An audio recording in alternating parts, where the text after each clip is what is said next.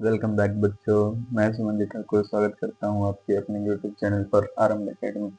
चलिए बच्चों, मैं लेके आया हूं स्पेशल आपके लिए कथन और कारण। ये मास्टर पीडीएफ होने वाला है। इसमें सभी चैप्टर के जो मोस्ट प्रोबेबल आने वाले हैं आपके कथन और कारण, इसमें मैं डिस्कस करूंगा आपके साथ। चलिए, आपको ये चीज पता ही है, गाइडलाइन सबको पता है कि अगर ऑप्शन का है तो इसका मतलब ये होगा कि कथन और कारण दोनों सही है, और कथन जो कारण है वो कथन का स्पष्टीकरण करता है। खासा ऑप्शन होगा कि कथन ए जो है और कथन आर जो है दोनों सही है, लेकिन जो आर है वो ए की स्पष्टीकरण नहीं करता। और तीसरा हो जाएगा आपका कि कथन ए जो है वो सही है कथन, और लेकिन जो आर है यानी कि जो अभी कथन है वो जो है वो तो सही है, लेकिन जो कारण है वो गलत है। तीसरा हो जाएगा कि दोनों ही गलत। चौथा हो जाएगा दोनों ही गलत है। चलिए पहले चैप्टर से स्टार्ट करते हैं। देखिए, सबसे पहला कौन सा था आपका, कह रहे हैं 1991 में सोवियत संघ यूएसएसआर को पूरी तरह से विघटन हो गया। आपको याद होगा 25 दिसंबर 1991 को सोवियत संघ का पूरा विघटन हो गया था। मिखाइल गोर्बाचेव की नीतियां नीतियां सुधार में विफल रही। बिल्कुल, ये पॉइंट भी इसका जो है जस्टिफिकेशन करता है।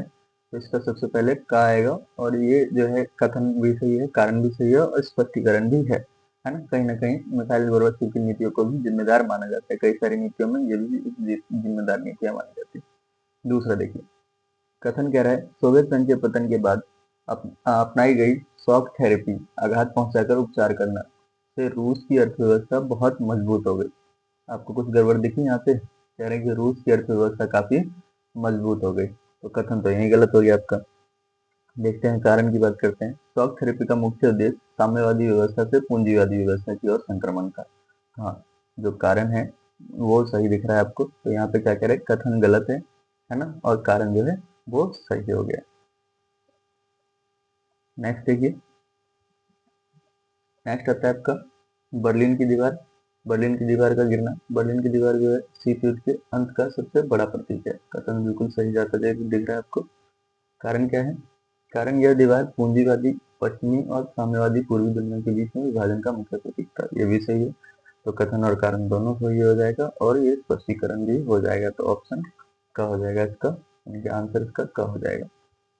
नेक्स्ट देखिए, सोवियत राजनीतिक प्रणाली बहुत अधिक साम्यवादी और नौकरशाही के नियंत्रण में थी। सोवियत संघ में केवल एक ही पार्टी, कम्युनिस्ट पार्टी का शासन था, और विपक्ष की असहमति के लिए कोई जगह नहीं थी। तो ये चीज आपने पढ़ा होगा कि सोवियत संघ में एक ही पार्टी थी, साम्यवादी पार्टी, और नौकरशाह जो है उन्हीं के नियंत्रण में, साम्यवादी सरकार के नियंत्रण में था, और यहाँ पे कोई इसकी आलोचना नहीं कर सकता। तो इसका भी आंसर क्या हो जाएगा आपका?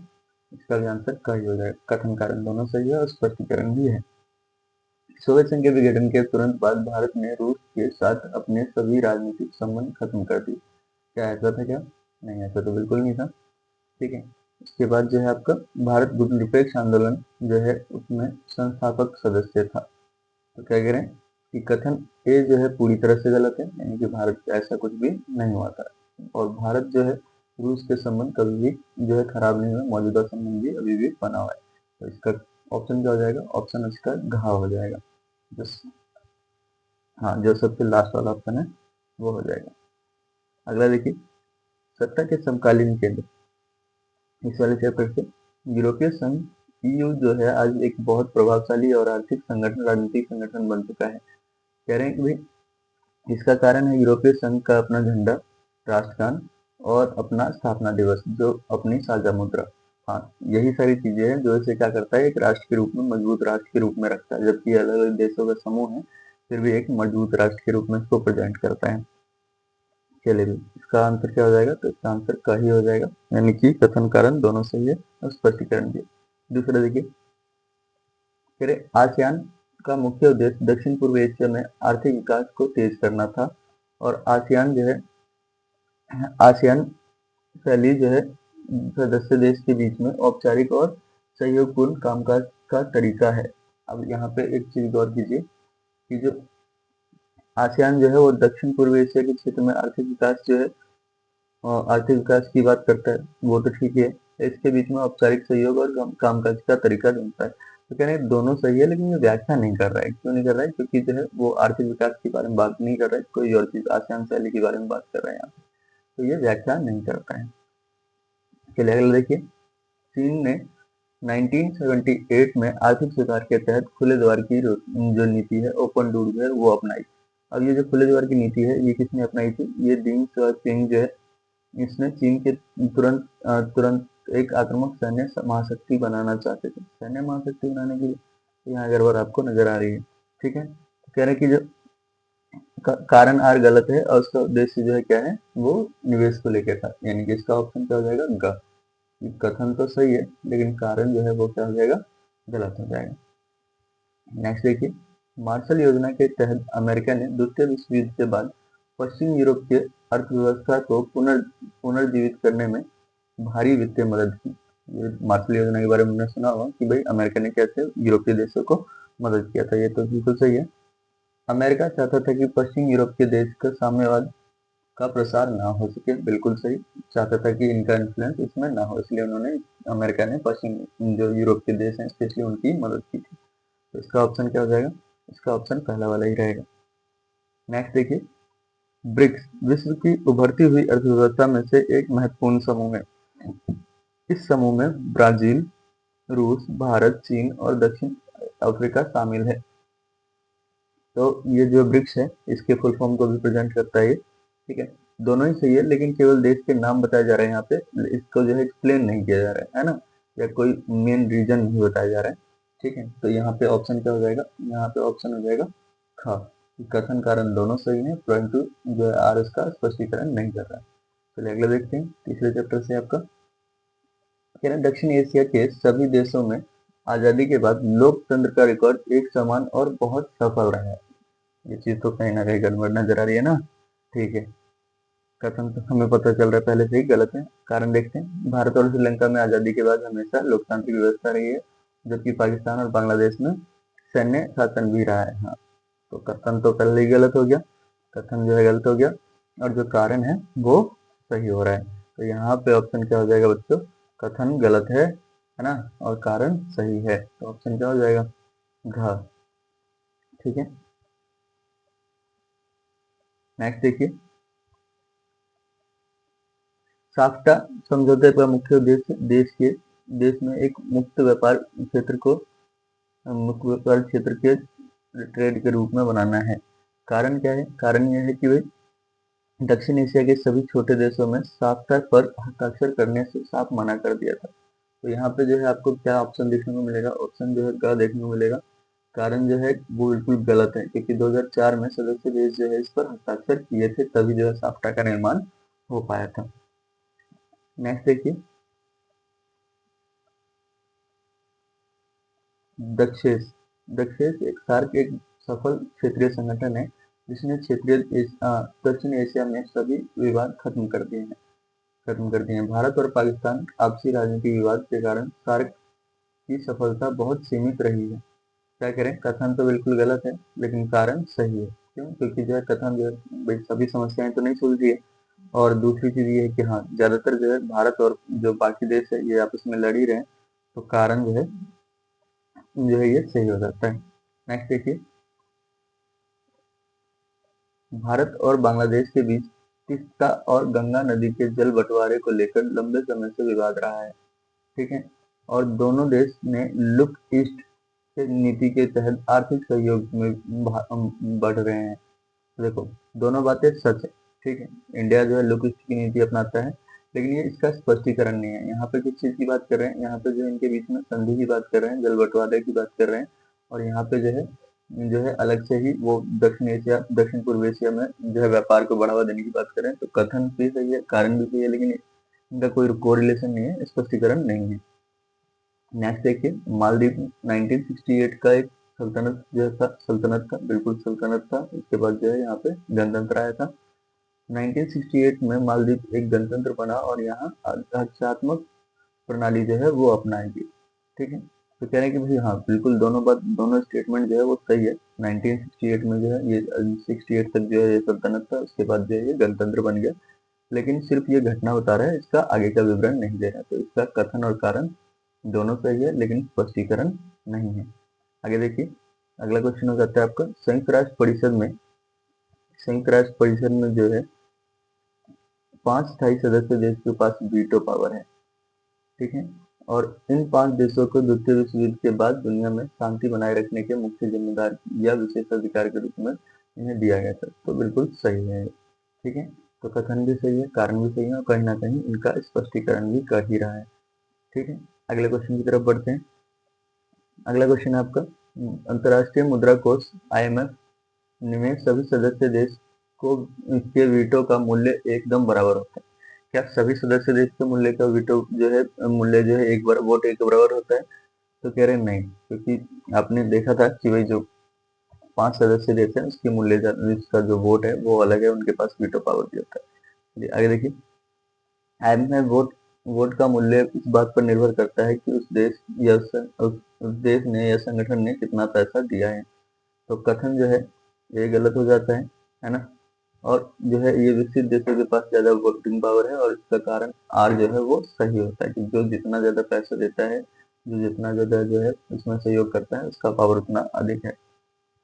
चलिए, घ हो जाएगा इसका ऑप्शन। एमनेस्टी इंटरनेशनल संयुक्त राष्ट्र की एक विशेष एजेंसी है। एमनेस्टी इंटरनेशनल एक विशेष एजेंसी है और एक स्वयंसेवी संगठन एनजीओ है जो पूरी दुनिया में मानव अधिकार की रक्षा के लिए काम करता है। तो कह रहे हैं कि एमनेस्टी इंटरनेशनल जो है वो एक संयुक्त राष्ट्र की संस्था नहीं है, वैसे ये अमेरिका की संस्था है। और ये क्या है, ये एनजीओ है, एनजीओ है और यूएनओ का एजेंसी नहीं है। तो कथन तो गलत हो जाता है, लेकिन कारण सही होता है क्योंकि एमनेस्टी इंटरनेशनल क्या करता है, ये जो है एक एजेंसी के रूप में जो है काम करता है, एनजीओ के रूप में, सॉरी एनजीओ के रूप में काम करता है, मानव अधिकार की रक्षा करता है। तो आर जो है वो सही हो जाएगा, तो ऑप्शन हो जाएगा घ। नेक्स्ट देखिए, भारत में लंबे समय तक भारत में लंबे समय तक जो है, एक मिनट, खत्म कारण गलत है, आर से ठीक है। भारत लंबे समय से संयुक्त राष्ट्र संघ परिषद में स्थायी सदस्य की मांग कर रहा है। भारत दुनिया का सबसे बड़े लोकतंत्र है और एक बड़ी अर्थव्यवस्था है और संयुक्त राष्ट्र संघ की शांति अभियानों में भी इसका बड़ा योगदान होता है, अपना जो है योगदान निभाता है। तो कथन भी सही है, कारण भी सही है। विश्व बैंक विकासशील देशों को शिक्षा, स्वास्थ्य और कृषि के लिए ऋण और अनुदान देता है। विश्व बैंक ये काम करता है, ठीक है। आगे देखिए, विश्व व्यापार संगठन WTO वैश्विक व्यापार में नियम तय करने वाला एकमात्र अंतर्राष्ट्रीय संगठन है। तो कह रहे हैं कि दोनों कथन सही है, कथन भी सही है, कारण भी सही है। और जो विश्व बैंक है वो WTO के तहत जो है नियम के बारे में बात करता है, ठीक है, लेकिन इसकी व्याख्या ये नहीं करता है। मतलब क्या कह रहे हैं कि जो वैश्विक व्यापार के जो नियम है ये तय करने वाली एकमात्र संस्था नहीं है, और एक इसके अलावा भी कई सारे और भी चीजें हैं, जैसे IMF है और बाकी सारी चीजें भी हैं। तो ये इसका स्पष्टीकरण तो नहीं होता है। नेक्स्ट देखिए, व्यापारिक सुरक्षा। व्यापारिक सुरक्षा की धारणा का सबसे बड़ा खतरा देश सीमाओं के बाहर होता है। सैन्य हमले से किसी देश की संप्रभुता, स्वतंत्रता और क्षेत्रीय अखंडता का सीधा खतरा होता है। तो ये कथन भी सही है, कारण भी सही है और स्पष्टीकरण भी दे रहा है आपको। नेक्स्ट देखिए, नेक्स्ट जो है आपका, आतंकवाद, वैश्विक गरीबी, महामारी, कोविड-19 जैसी महामारियां हो गई, या अपारंपरिक सुरक्षा हो गया, नॉन जो है ट्रेडिशनल सिक्योरिटी जो है इसके दायरे में आता है। और इन खतरों का सामना कोई भी एक देश अकेले अपनी सेना के बल पर नहीं कर सकता, इसके लिए अंतर्राष्ट्रीय सहयोग की आवश्यकता होगी। बिल्कुल, आतंकवाद, वैश्विक गरीबी, महामारी, इसके लिए अंतर्राष्ट्रीय की आवश्यकता होगी। तो कथन भी सही है, कारण भी सही है और स्पष्टीकरण भी कर ही रहा है। नेक्स्ट देखिए, आतंकवाद एक पारंपरिक सुरक्षा का खतरा है। आतंकवाद अपने राजनीतिक उद्देश्य को पूरा करने के लिए जानबूझकर आम नागरिकों को निशाना बनाते हैं। अब देखो ये जो है इसका ऑप्शन क्या हो जाएगा, ऑप्शन का घ हो जाएगा। कथन ए गलत है, लेकिन कारण जो है आर जो है वो सही है ना। क्यों सही है, तो कह रहे हैं कि भाई जो ये अपने उद्देश्य की पूर्ति के लिए जानबूझ कर काम करता है। नेक्स्ट देखिए, शक्ति संतुलन, बैलेंस ऑफ पावर बनाए रखने के लिए किसी भी देश में सुरक्षा नीति का एक महत्वपूर्ण हिस्सा होता है, ठीक है। बैलेंस ऑफ पावर बनाए रखने के लिए एक सुरक्षा नीति जो है ये है एक तरह से देश की अपनी सैन्य शक्ति और आर्थिक ताकत बढ़ाकर अपने पड़ोसी देशों के बराबर या उससे आगे निकलने का प्रयास करते हैं, ताकि कई कोई इन पर हमला ना कर सके, ठीक है। तो ये कथन भी सही हो जाएगा, कारण भी सही हो जाएगा और स्पष्टीकरण भी हो जाएगा। नेक्स्ट देखिए, मानव अधिकार का उल्लंघन सुरक्षा का कोई मुद्दा नहीं है। मानव अधिकार का उल्लंघन सुरक्षा का कोई मुद्दा नहीं है, तो कथन ये तो पूरी तरह से पहले ही गलत हो गया। आगे देखते हैं, कह रहे मानव अधिकार की रक्षा जो है, मानवता की सुरक्षा जो है उसका अहम हिस्सा माना जाता है। तो इसका ऑप्शन क्या हो जाएगा? इसका ऑप्शन हो जाएगा घ। क्या हो जाएगा? घ। क्या कह रहे हैं? कथन एक गलत है, लेकिन कथन जो है ए गलत होने के साथ साथ जो आर है, ठीक है, वो सही है। तो इसका ऑप्शन हो जाएगा घ। पर्यावरण और प्राकृतिक संसाधन, पर्यावरण और प्राकृतिक संसाधन, इससे देखते हैं 1992 में ब्राजील में रियो डी जेनेरियो में ऐतिहासिक पृथ्वी सम्मेलन हुआ, अर्थ समिट हुआ, और इस अर्थ समिट में टिकाऊ विकास का लक्ष्य रखा गया। एजेंडा 21 जो है उसको स्वीकार किया गया। तो बिल्कुल सही है, एक कथन भी सही है, कारण भी सही है, और कहीं ना कहीं यहाँ पे स्पष्टीकरण भी हो ही रहा है। ठीक, नेक्स्ट देखिए, 1992 में रियो सम्मेलन में साझी संपत्ति, साझी परंतु अलग अलग जिम्मेदारी इस सिद्धांत को अपनाया गया। ठीक है, अपनाया गया। विकसित और अविकसित दोनों राष्ट्रों के बीच में पर्यावरण के नुकसान को पहुंचने के लिए बिल्कुल बराबर का योगदान दिया है। आपको यहाँ पर गड़बड़ नजर नहीं आ रही? कह रहे हैं कि ये कथन जो है ये तो सही है, कथन तो ये सही है, लेकिन आर जो है गलत है। आर गलत क्यों है? क्योंकि कहा गया कि जो जिम्मेदारियां हैं वो अलग अलग होगी, और कहीं ना कहीं जो विकसित देश हैं उन्होंने पर्यावरण को ज्यादा नुकसान पहुंचाया, जबकि जो अभी जो विकासशील देश हैं उन्होंने इसमें कोई खास योगदान नहीं दिया। आगे देखिए,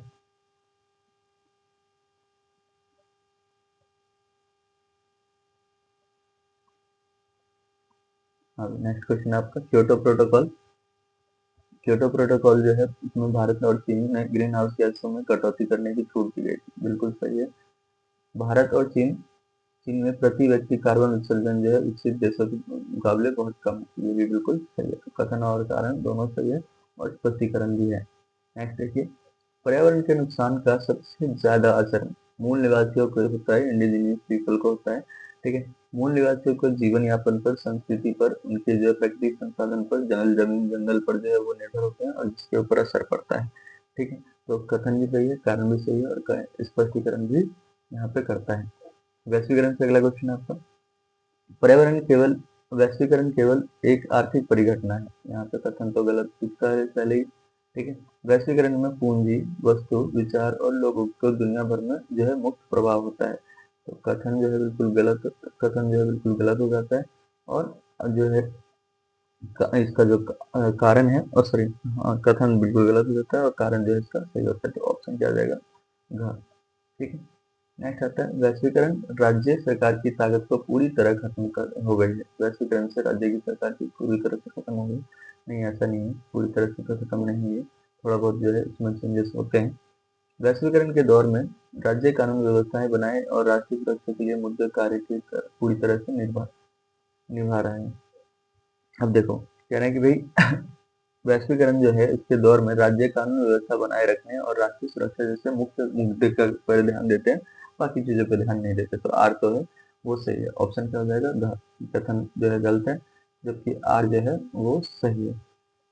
नेक्स्ट आता है आपका, वैश्वीकरण की वजह से दुनिया के सांस्कृतिक समरूपता आ रही है। कल्चरल जो है हार्मोनाइजेशन में आ रही है, यानी कि सभी कल्चर लगभग एक जैसे हो रहे हैं, थोड़ा बहुत उनमें समानता देखने को मिल रही है। पश्चिम देश, खासकर अमेरिका अमेरिका की संस्कृति पूरी दुनिया पर हावी हो रही है, जैसे कि नीली जींस या मैकडोनल्ड का लोकप्रिय होना। तो कथन भी सही है, कारण भी सही है, और स्पष्टीकरण भी है ही। वामपंथी विचारधारा वैश्वीकरण का कड़ा विरोध करते हैं। उनका कहना है कि वैश्वीकरण से अमीर गरीब के बीच में खाई बढ़ जाती है, और ये बहुराष्ट्रीय कंपनियां जो है उनको ही फायदा पहुंचाती है। तो बिल्कुल कथन भी सही है, और कारण भी बिल्कुल सही है, और स्पष्टीकरण भी है ही। वैश्वीकरण के भारत के में प्रत्यक्ष रूप से निवेश, एफटीआई, आर्थिक आर्थिक विकास की दर में वृद्धि है। कह रहे हैं वर्ल्ड सोशल फोरम, WSF जो है नव उपनिवेशवादीकरण है वैश्वीकरण का समर्थन करने वाला बड़ा अंतर्राष्ट्रीय मंच है। तो यहाँ पे कथन ए तो पूरी तरह से सही है, लेकिन आर जो है वो गलत है। क्यों? क्योंकि जो WSF है वो इसका विरोधी मंच नहीं है, जो है विरोध करने वाला मंच है, ये इसके साथ देने वाला मंच नहीं है। वर्ल्ड सोशल फोरम, ठीक है, तो ये इसका ऑप्शन क्या हो जाएगा? ऑप्शन इसका हो जाएगा ग। ठीक है, आगे देखिए, ये आपका दूसरे बुक से, पहले बुक से मोस्ट ऑफ हो गया, दूसरा बुक देखते हैं। दूसरे बुक में स्वतंत्र भारत में राजनीति, पहले चैप्टर से उठाते हैं। पहला चैप्टर क्या है आपका? पहला चैप्टर है राष्ट्र निर्माण की चुनौतियां। इसका पहला क्वेश्चन देखिए, 1947 में भारत में विभाजन के आधार द्विराष्ट्र सिद्धांत था। बिल्कुल द्विराष्ट्र सिद्धांत था। मुस्लिम लीग ने इसकी मांग की थी और भारत जो है कहा था कि एक कौम का नहीं बल्कि दो कौमों का देश है, हिंदू मुसलमानों का देश है, इसलिए इसको दो हिस्सों में बांट देना चाहिए, इसलिए उन्होंने पाकिस्तान की मांग की। तो अब कितना स्पष्टीकरण चाहिए? बिल्कुल स्पष्टीकरण भी है, कथन भी चाहिए, कारण भी चाहिए और स्पष्टीकरण भी है। आजादी के समय सभी 565 रियासतें जो है उनके लिए भारतीय संघ में विलय होना आसान हो गया था। नहीं, ऐसा तो नहीं था, आसान तो नहीं था। ठीक है, जूनागढ़, हैदराबाद, कश्मीर, मणिपुर जैसी रियासतें जो है विलय में भारत सरकार में कठिनाइयां आई थी। तो कथन जो है सही है और जो है सॉरी कथन जो है वो गलत है और जो कारण है वो सही है। ठीक है, नेक्स्ट देखते हैं। भारत सरकार ने 1952 में मद्रास प्रांत से अलग करके आंध्र प्रदेश को एक नया भाषाई राज्य बनाया 52 में, जबकि तेलुगु भाषी के लिए अलग राज्य की मांग कर रहे जो दिग्गज गांधीवादी नेता पोटी श्रीरामुलु की 56 दिन के भूख हड़ताल के बाद मृत्यु हो गई थी। तो ये बिल्कुल सही है। ठीक है, कथन भी सही है और कारण भी सही है। पोटी श्रीरामुलु को पढ़ा हुआ आपने। भारत ने आजादी के बाद खुद को धर्मनिरपेक्ष राष्ट्र घोषित किया। आर क्या कह रहे हैं? आर कह रहा है भारत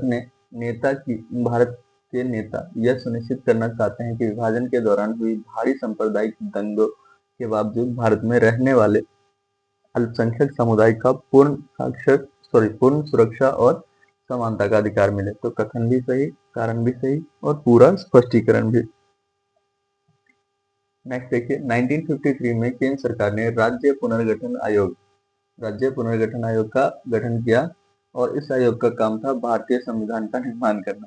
यहाँ पे कारण तो सही दिख रहे हैं आपको, ठीक है, और जो कारण है वो गलत दिख रहा है। ठीक है, तो ऑप्शन क्या हो जाएगा? ऑप्शन हो जाएगा ग। ठीक है, ऑप्शन क्या हो जाएगा? ग। कथन सही है लेकिन कारण जो है गलत है। नेक्स्ट देखिए, एक दल के प्रमुख से क्वेश्चन है। भारत के 3 आम चुनाव, यानी पहला जो है 1951-52, दूसरा 57, तीसरा 62, भारतीय राष्ट्रीय कांग्रेस में एक छत्र राज किया। ठीक है, बिल्कुल सही है। कांग्रेस जो है उसकी पार्टी की स्वाधीनता संग्राम की विरासत हासिल की और उसके पास देश के हर कोने में मौजूद है। बिल्कुल स्पष्टीकरण भी कर ही दिया। तो कथन और कारण दोनों सही है, स्पष्टीकरण भी कर ही रहा है। नेक्स्ट देखिए, 1952 में देश का पहला आम चुनाव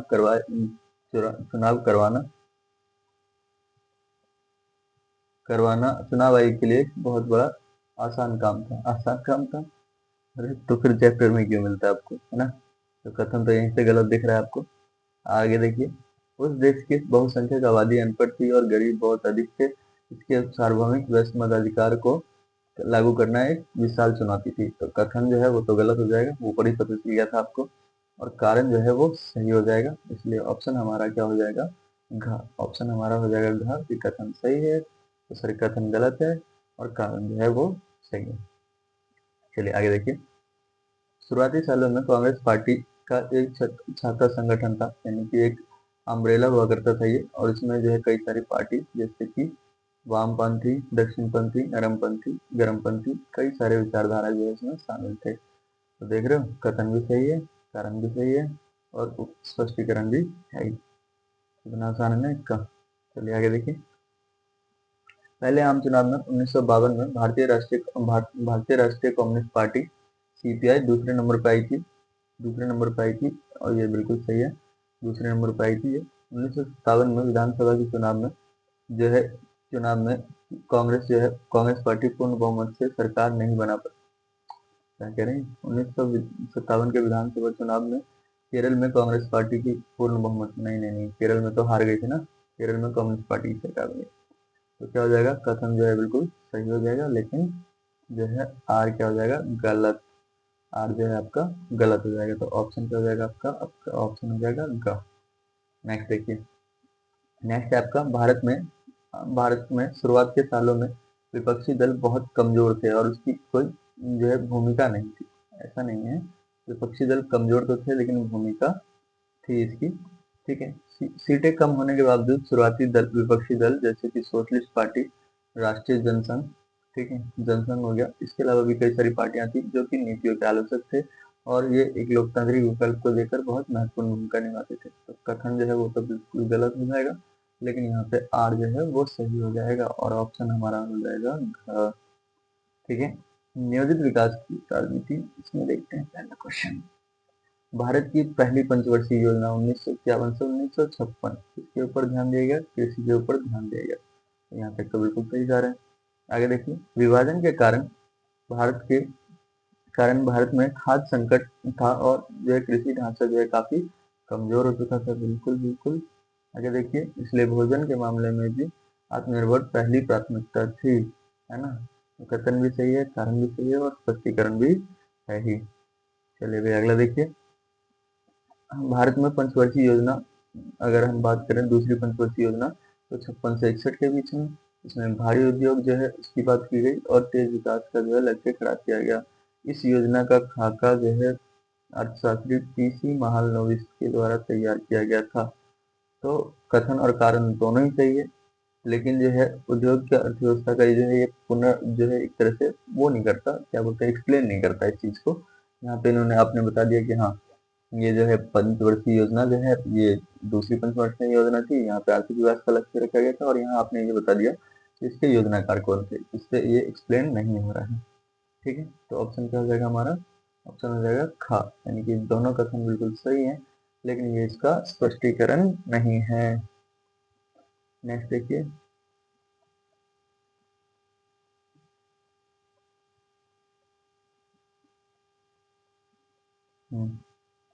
1944 बॉम्बे प्लान। बॉम्बे प्लान भारत के प्रमुख वामपंथी और समाजवादी नेताओं द्वारा किया गया था। तो बॉम्बे प्लान जो है वो किया गया था बच्चों किसके द्वारा, जो उद्योगपति हैं उनके द्वारा किया गया था। जब भारत के बारे में कहा गया था कि भाई वो जो भारत क्या कर सकती है, भारत सरकार जो है पंचवर्षीय योजनाएं ला सकती है इस टाइप की बात। नेक्स्ट देखिए, वो भारत सरकार के समर्थन में थे, तो यहाँ तो गलत हो गया ये। बॉम्बे प्लान देश के बड़े उद्योगपतियों और कहाँ ये रहा ना, देश के बड़े उद्योगपति के साथ साझा प्रस्ताव था और जो सरकार की अर्थव्यवस्था और औद्योगिकरण के में बड़े निवेश के बारे में था। तो कथन ये जो है गलत है, लेकिन जो आर है वो क्या है, सही है। नेक्स्ट देखिए, भारत में भूमि सुधार लैंड रिफॉर्म पूरी तरह से सफल रहे और सभी गरीब किसानों को जमीन मिल गई। ऐसा तो नहीं हुआ, आज भी बहुत सारे किसानों के पास जमीन नहीं है। तो कथन तो बिल्कुल पहले से ही गलत हो जा रहे हैं। जमींदारी प्रथा का कानून खत्म कर दिया गया, लेकिन राजनीतिक इच्छा की कमी थी और इस कारण जो है शक्तिशाली लोगों की कानूनों की कमियों से फायदा उठाया और जमीन पर कब्जा बनाए रखा। बिल्कुल सही है, कथन सही है। और सॉरी, कथन तो गलत है क्योंकि पूरी तरह से भी किसान जो है उनके पास अभी भी जमीन नहीं है, तो मैंने बताई आपको, लेकिन आर जो है वो सही है। चलिए अगला देखते हैं, श्वेत क्रांति कहा जा रहा है कि इस बार आपके चैप्टर से हटा दिया गया। चलिए आगे तो कर लेते हैं। ठीक है, किसके द्वारा स्टार्ट किया गया था श्वेत क्रांति, कह रहे हैं श्वेत क्रांति दूध उत्पादन के लिए स्टार्ट किया गया था और डेयरी सहकारी समितियां जो है इसमें शामिल थी, है ना, इसके विकास करना था। और इसके जो योजनाकार थे वर्गीज कुरियन थे, यहाँ भी सही है। इन्हें मिल्क मैन ऑफ इंडिया के नाम से जाना जाता है। अमूल जो है इसका जो है शुरुआत किया था इन्होंने अमूल से। कथन कारण दोनों सही है, स्पष्टीकरण भी है, लेकिन आपके सिलेबस में नहीं है, तो कोई नहीं, देखते हैं आगे। भारत के विदेश संबंध, आजादी के बाद भारत के शीत युद्ध के दौरान गुटनिरपेक्षता जो है उसकी बात करते हैं कि विदेश नीति अपनाई, गुटनिरपेक्ष की विदेश नीति अपनाई, बिल्कुल सही है, गुटनिरपेक्ष की विदेश नीति अपनाई। भारत अमेरिका या सोवियत किसी भी सैन्य गुट में शामिल होकर अपने संप्रभुता के फैसले लेने के लिए आजाद जो है आजादी के खतरे को में नहीं डालना चाहता था। बिल्कुल, नेहरू जी ने यहाँ पे जो तेजी दिखाई थी कि वो चाहते थे कि वे नई तरह की गुलामी में ना पड़ जाए, इसलिए जो है उन्होंने इस चीज को डिनाई कर दिया और एक नई चीज की शुरुआत की, जो क्या था आपका गुटनिरपेक्ष आंदोलन। चलिए अगला क्वेश्चन देखते हैं। अगला क्वेश्चन आपका 1962 में चीन चीन ने भारत पर आक्रमण किया था, सैन्य हमला किया था, बिल्कुल किया था भाई।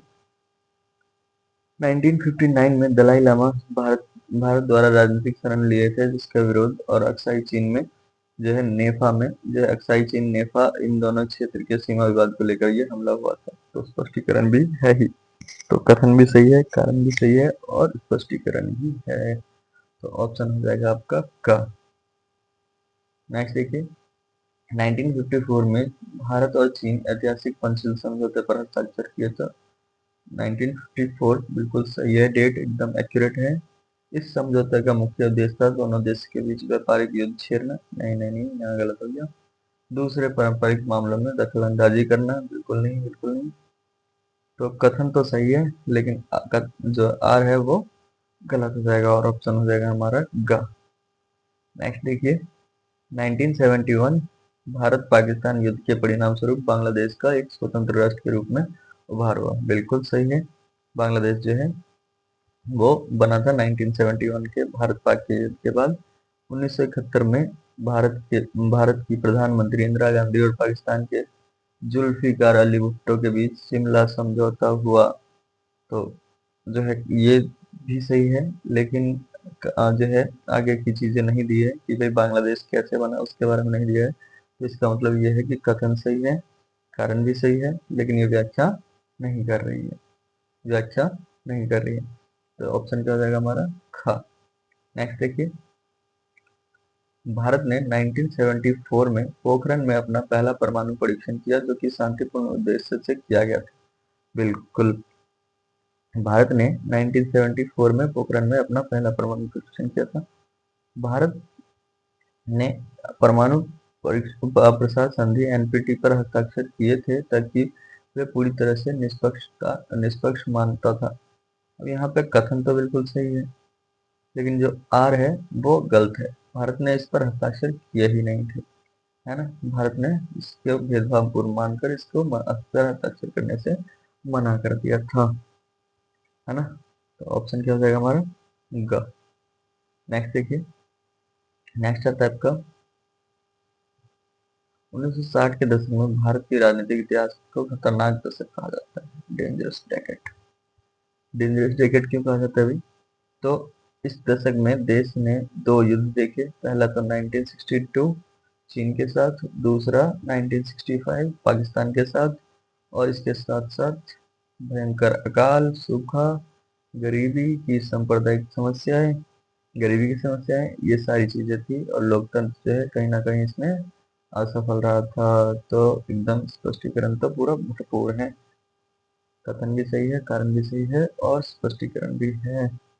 1967 के चौथे आम चुनाव के बाद कांग्रेस पार्टी कई राज्यों की सत्ता में बाहर हो गई और गठबंधन की सरकारें बनी।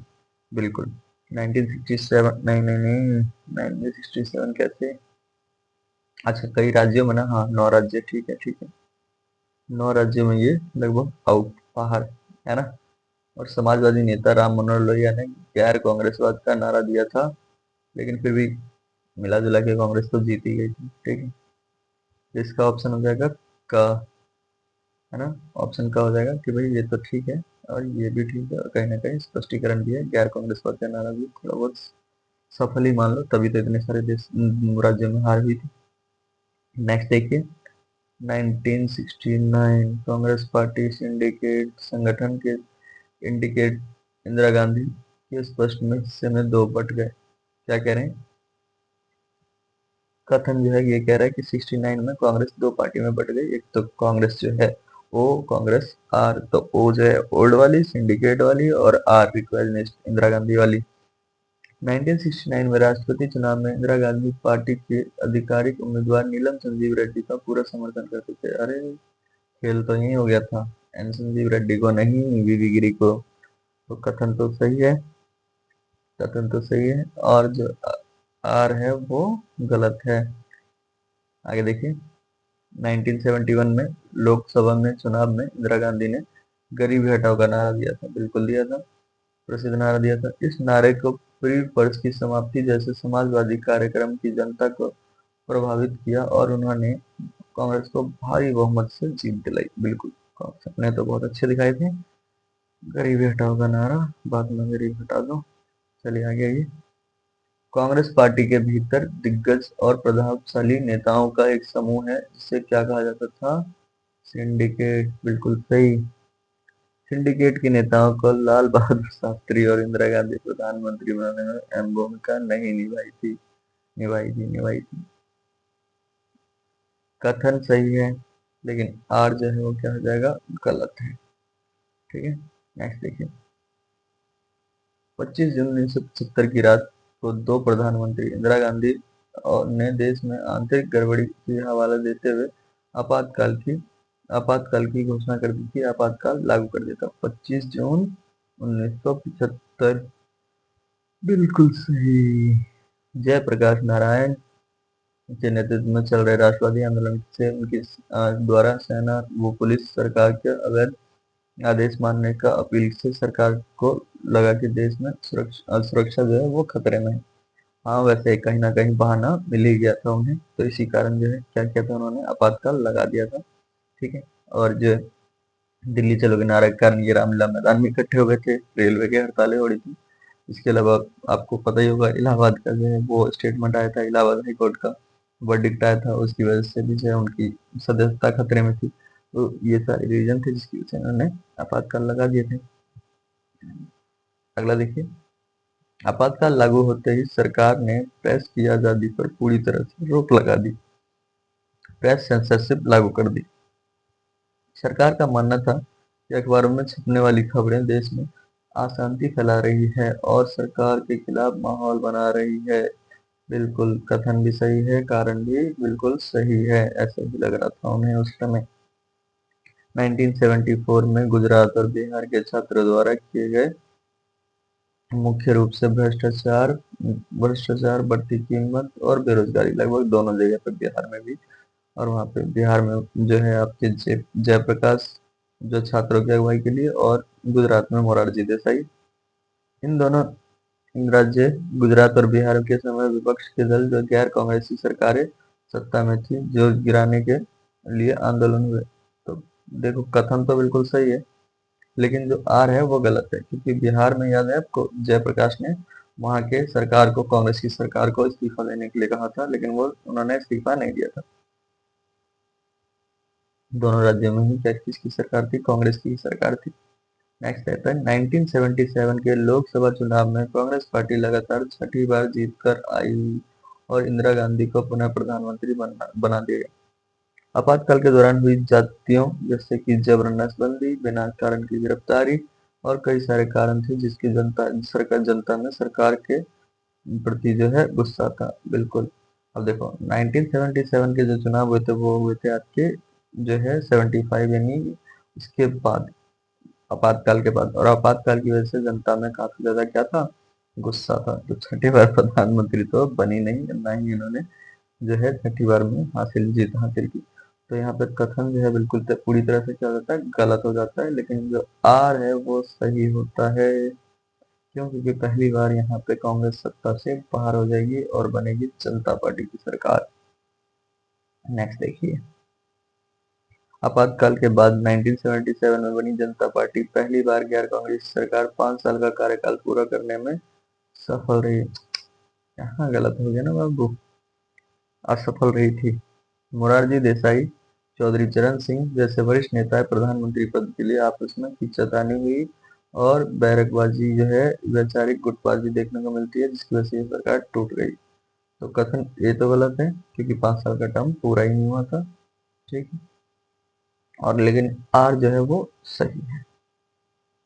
ये लगभग आपका इसमें का पूरा हो गया है। चलिए फिर मिलते हैं अगली वीडियो में अगले क्वेश्चंस के साथ, बाकी चीज़ों के साथ। अगर इसके पीडीएफ चाहिए तो आप मेरे को मैसेज कीजिए, या फिर मैंने जो है इसमें नंबर दिया है, व्हाट्सएप नंबर दिए हैं, उस पर आप मेरे को मैसेज कीजिए, इसका आपको पीडीएफ मिल जाएगा।